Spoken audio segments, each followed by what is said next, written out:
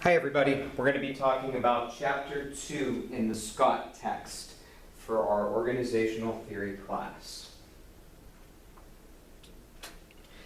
I want to be specific in telling you what I'm looking for out of this text. Scott is brief, but it's one of the driest texts that you ever read, but I would argue it's probably the most important as doctoral students learning organizational theory. Any institution that teaches an org class uses the Scott text. They use one of the two of them.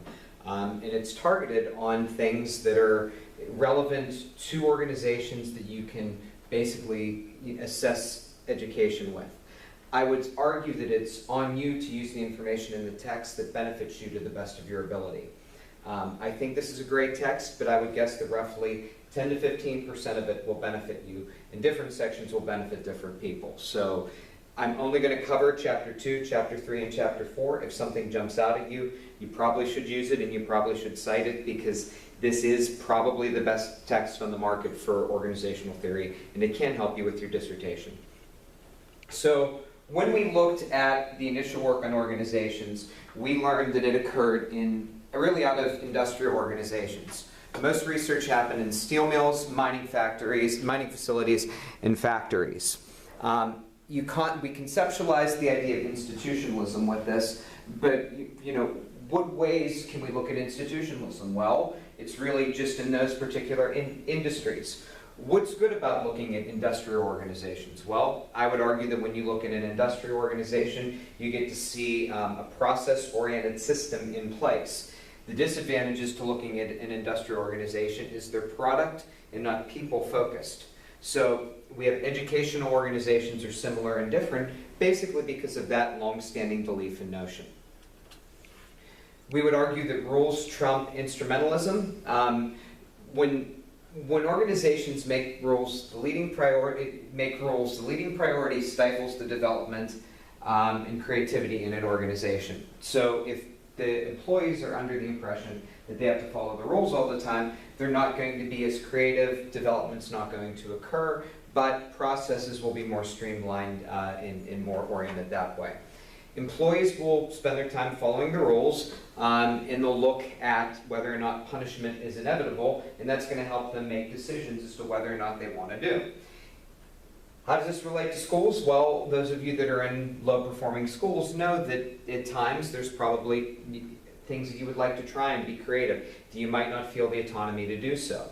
The school environments where teachers and staff feel the less pressure are your middle-level schools. I wouldn't say they're your C schools, but I would say they're your B and your B+ schools. The schools are doing well. Everybody's happy. They don't have massive external pressures from other stakeholders. Those are the ones that definitely can assist in that environment. So emotional dependence in organization, this is when people feel dependent on the organization because they need the money, they need whatever they need from it, and they won't take risks because of it. Foucault in Panopticism, which I spoke about at the beginning of the course, where we were essentially looking at the fact that everybody's watching you at all times. This can cause people to be more stagnant in what they do and not be afraid to take risks. So ask yourself, do you let teachers in your building take risks? And if you do, has it worked? What have been the advantages and what have been the disadvantages of that? So you call an organization institutionalized when it has stable personnel, the personnel are vested in the organization and the community, and the organization has an identity through stability. So what I think this looks like in schools, and for those of you that are looking at culture, you can certainly look at this. This looks like consistent administrators and teachers, individuals that live in the school district that are invested in the community, and most of the time there's little restructuring in the grade levels or departments. This tends to be when organizations become institutionalized. It's challenging in education, and based on what we've all spoke about in this class, it's challenging in Oklahoma because of the turnover among teachers and school administrators. But we know that there's a bigger turnover on school administrators. 4.7 years is the average length of time that a principal stays in a particular building. So ask yourself, are you above or below that time? Superintendents, it's even less. They don't try to stay in a district long and use them to get experience and to move somewhere else. Also, having the pressures that are on them and the lack of autonomy causes them to try to go somewhere else. So teachers are consistent, but as we know, even in Oklahoma, teachers aren't that consistent. So they're constantly dealing with change of leadership. So that can be a problem, and that would need fixed as well. So Stinchcomb really looked at the power and organization in business. It basically said that agency and power is what causes people to be more committed to the organization. If an individual has power in the organization, they're committed to the organization, but their primary commitment is to preserve the power that exists. So I argue in schools that this can be a very bad thing. When an individual has power in school, that gives them political interest and connections, and they can use those to advance and manipulate the system as much as they want. They have a vested interest, but that vested interest might become negative. So try to think and brainstorm about different ways and ideas that you can fix this. So if you're talking about institutionalism, you have to mention Talcott Parsons. Parsons was one of the first researchers that actually looked at relationship between sociology and education, and it was more organizations and how the social and cultural environment impacts them. Schools are only legitimate when they are connected to wider values such as training and education, and it's sustainable. So the argument Parsons would make would be in favor of local control of schools, because local goals should come first. So my question that I always ask people that are doing culture, which some of you are there any cultural norms that exist in your building that wouldn't exist in another district? And I know from my time so far here, I will definitely agree that's the case.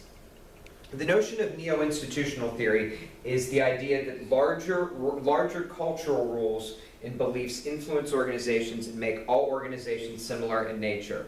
So if you're interested in a policy, you could look at that policy directed for neo-institutional theory. One of the arguments that I make is that if the federal government is interfering with state mandates and local mandates, then we've essentially neo-institutionalized, because that larger cultural rule, the federal government's interest, moves in and it influences policy and creates similarity. So for those of you that are looking at a federal mandate, neo-institutional theory is certainly something that you want to consider. So all of this work comes from economics. So this is how this looks, and I'm fascinated by this, and I think this is a great way to assess this. And if you're reading anything, try to read these slides as you're looking at it, and hopefully it comes out well. I can take a look right now, and I can see it's slightly blurry behind the camera, so I'm hoping you're able to see it, and it'll translate okay when you're actually watching the videos. That's why you have your PowerPoints in front of you. If you're actually using this theory economically, I want to know what the cost is of improving test scores from 50% proficient to 60% proficient. When you look at how do you measure this, you actually measure this by seeing what happens if I add another teacher. What's the cost of that teacher's salary? What if I reduce class sizes? What's the cost of doing that? So this can be measured, but doing it is difficult, and you also have to do a study that sustains over time. What I'd love to see you do a neo-institutional study on economics of education, 1,000,000%, and I think you would love it. But we don't have time for this. You don't have time for this unless you plan on doing your dissertation for the next 15 years. So the first theme in neo-institutional economics is transaction costs. This is something that I talk about in my district level finance course. So if I invest money in a curricula with frills and supports, what are the costs compared to designing it myself and modifying material on my own? So the big thing that I would argue is progress monitoring, tracking, special ed adaptations, computer support. If I had to spend more money to get that part of the curricula, that's possibly a cost to the district that could be avoided if I had the personnel and the capability and the human capacity in order for them to modify the materials themselves. Theme 2 really looks at the focus of economic processes rather than on a logical study of equilibrium. We're kind of seeing how equilibrium really, helps organizations be successful, but what are the processes that led to equilibrium? In schools, I would argue that this tends to happen if a superintendent comes into a district that has been previously economically stable, and they don't rock the boat. Of course, the process that got them to that point led to equilibrium. If you have a wealthy district or a poor district, I don't think those are good examples because there's different community stakeholders. But if you have middle-based equilibrium, I think that's much more interesting. So theme 3, this is interesting to some of you. It's kind of looking at different market-mediated transactions and institutional structures that are important topics of study. So these are things like transaction cost economics, game theory economics, evolution theory, and resource-based theory. Some of these might also help you in your dissertation research, and I think by seeing them presented in the simplest words possible, that's going to make you understand them slightly better. So transaction costs. This is basically saying that governance oversees and regulates how economic changes occur and what they cost. So in some approaches, the government really is the dependent variable. So they're the ones that are making the decisions, and you're left with the decisions they make. The second approach is this idea that the background costs are the ones that are different from state to state, district to district. Property rights, laws, norms, and conventions. And you, as a district, are playing a game, and you're trying to win it. You're trying to get the most bang for your buck and the most money that you need. So I would argue that administrators are cognizant to the background conditions and know how to work a system, and those are the ones that are going to be the most successful. So we went over Roland Paulston. I would argue this is a functionalist approach because we have things like tax deductions, grants, and funding, and that helps districts grow. When superintendents are able to do this, they're ones that have a good basis on economics, money management, and also understand that you're putting students first and that education can be a business. Rand did a study on game theory in the 1950s called Prisoner's Dilemma. It's definitely something that's worth you investigating on your own. I love it. It's difficult to apply it to schools. If we can examine strategic situations where outcomes depend on the choices made by other players, that's probably the best application of game theory. So, Prisoner's Dilemma is the way that this looks. If you marry game theory and rational choice theory together, you get Prisoner's Dilemma. This basically means that you have two individuals collaborated on a crime that are kept in separate cells. If A and B blame each other, each of them serves 2 years in prison. If A betrays B, but B remains silent, A is set free, and B will serve 3 years in prison. If A and B both remain silent, both of them will only serve 1 year in prison. So you look at what the right answer is and what the right application is. And that's Prisoner's Dilemma. Organizations are forced to make these decisions all of the time. So relating it to rational choice, under rational choice theory, everybody will naturally betray each other. And then you, in turn then, since they betrayed each other, this means that everybody will serve at least 2 years in prison. So you're getting the maximum time. You're getting 4 years out of the prison sentence, 2 years for each. This believes that individuals are naturally looking for the greatest reprieve, which means that they blame the others. This was a 1950s theory, and it really worked within individuals that were in lateral positions within organizations. So I ask you, what positions in K-12 schools are likely to succumb to Prisoner's Dilemma theory, and why? The argument that I always make for this in terms of blame and costs comes in the extracurricular departments. It really doesn't come in math and English because you know there's stability. They're going to get the resources they want, but it's not uncommon for the art teacher to go against the shop teacher or the home ec teacher and make a blame because it's just the way that it is. They're trying to win for their organization, meaning that if one does it, everything else gets cut as well. In higher education, I would argue these are the elective courses, and these are the classes that really don't contribute much or have high enrollment in the programs. I would love to teach more elective courses. However, the opportunity does not present itself to do that, and that's a challenge. As an organizational leader, you have to know when you have to give those type of opportunities and those types of courses to individuals because it can help improve their satisfaction as well. Endogenous institutions are self-enforcing.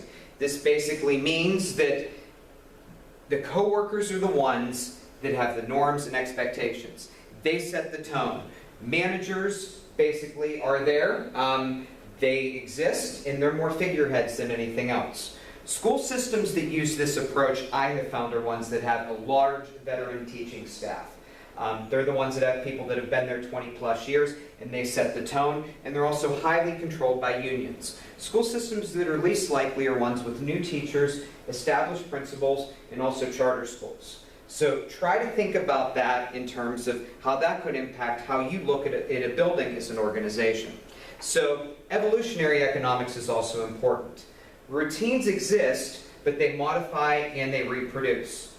The thing that this relates to all of you is really teacher evaluation, because the principal has to decide whether or not they want to accommodate a state level or federal level system.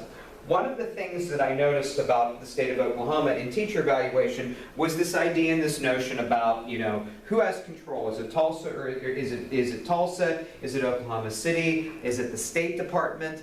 And one of the things that I don't necessarily think is a good thing is the fact that teacher evaluation is being done by one of three routines. You can do Marzano, you can do Danielson, or you can do your own designed routine. This is a problem to me because this is wrestling away between state and federal control. If I'm somebody that's a building principal or a superintendent and I want to be a functionalist, the decision that I make is going to be to go by one that's approved by the federal government, because I know that a federal mandate is one that will probably be there still eventually. So resources-based theory says that we have tangible and intangible assets, including management skills, and organizations try to have resources that are valuable, rare, and difficult to imitate. I always say that, in my organization right now, I can teach school finance. Not a lot of people can do that. Because I can do school finance, I become a resource to the organization.